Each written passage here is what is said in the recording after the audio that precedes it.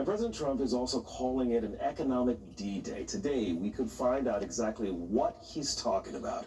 The president is threatening financial consequences for Iran and any country that supports it as he tries to bring the war to an end. And there's another economic fight brewing with Canada. Trump is threatening a 50% tariff on Canadian cars and auto parts after trade talks just fell apart.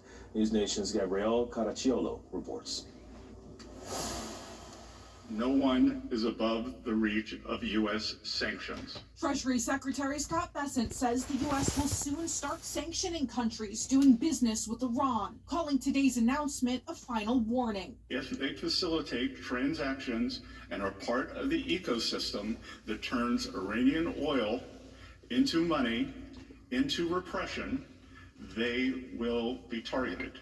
He declined to say which countries could be impacted, but says the president has been making phone calls to world leaders.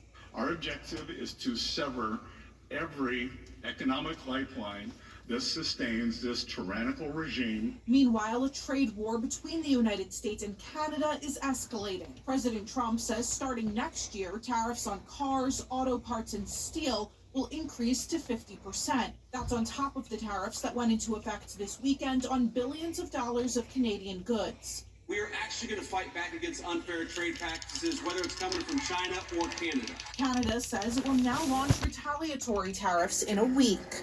It's not a surprise for us that the U.S. would take some form of reprisal to our response to their unjustified tariff, which was on top of other unjustified tariffs.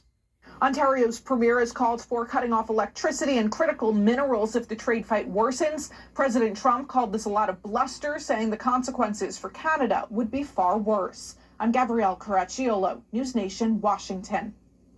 And coming up in our next half hour,